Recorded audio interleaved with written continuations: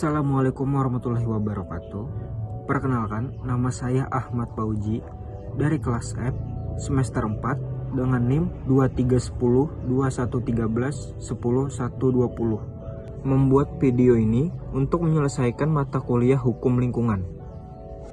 Di sini, saya mau menjelaskan tentang bahayanya pencemaran limbah pabrik bagi lingkungan.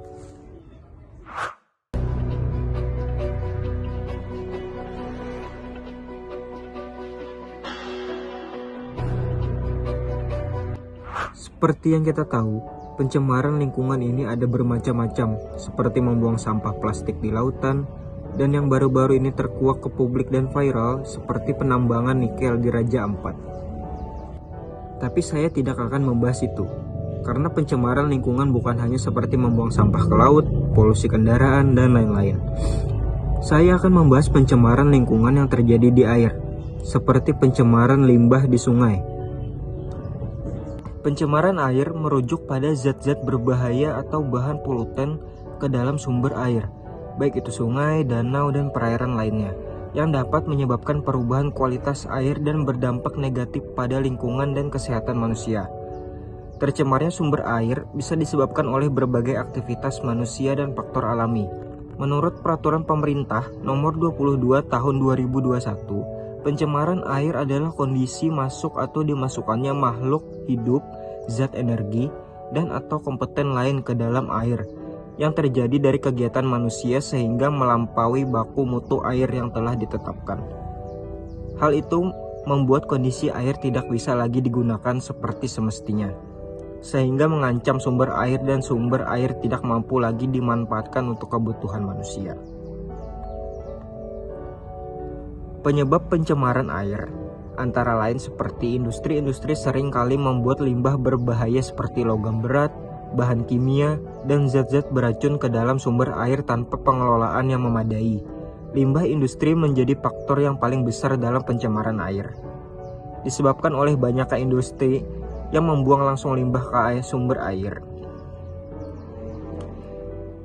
Disebabkan oleh banyaknya industri yang membuang langsung limbah ke sumber air tanpa melalui pengelolaan maupun pengujian terlebih dahulu, padahal hal itu yang membuat kondisi sumber air menjadi terancam. Karena pabrik tekstil membuang zat berbahaya ke sungai dan laut yang mengandung bahan kimia berbahaya dan mikroba yang dapat meracuni makhluk hidup di dalamnya. Hal ini berdampak pada kesehatan manusia dan menurunkan kualitas hidup. Seperti kasus yang terjadi di tahun 2018. 3 sungai di Jawa Barat tercemar limbah medis rumah sakit. Kronologinya, tim Kesdam 3 melakukan uji coba klinis kondisi air di ketiga sungai tersebut. Dan dari hasil penelitian tersebut, tim Kesdam 3 Siliwangi ditemukan bakteri yang hanya ada di rumah sakit. Pihaknya menduga ada pihak yang mencemari 3 sungai tersebut dengan limbah medis. Dampak pencemaran limbah medis itu membahayakan jika masuk ke dalam tubuh manusia, karena terdapat bakteri yang bisa menyebabkan meningitis atau radang selaput otak, radang selaput mata, radang selaput kemih, dan luka membusuk. Penyakit akibat bakteri ini susah diobati karena tahan terhadap antibiotik. Dan sesuai dengan Undang-Undang Nomor 32 Tahun 2009 Pasal 3B yang berbunyi, perlindungan dan pengelolaan lingkungan hidup bertujuan untuk menjamin keselamatan dan kesehatan dan kehidupan masyarakat.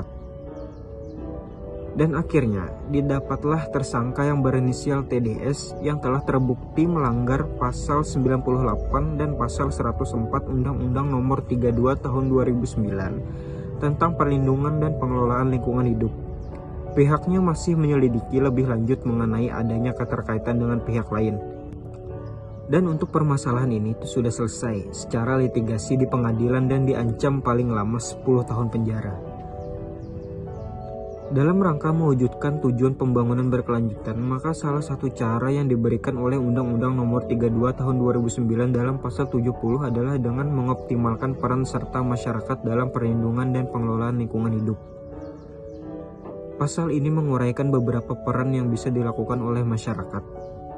Di antaranya pengawasan sosial, memberikan saran, pendapat, usul, keberatan, pengaduan, serta menyampaikan informasi dan atau laporan. Dengan demikian, secara normatif, UU PPLH sudah menjalankan dengan menekankan pentingnya peran serta masyarakat dalam perlindungan dan pengelolaan lingkungan hidup. Dan akhirnya muncul pertanyaan, jika keuntungan perusahaan dihitung dari kerugian alam, apakah itu kemajuan sesungguhnya?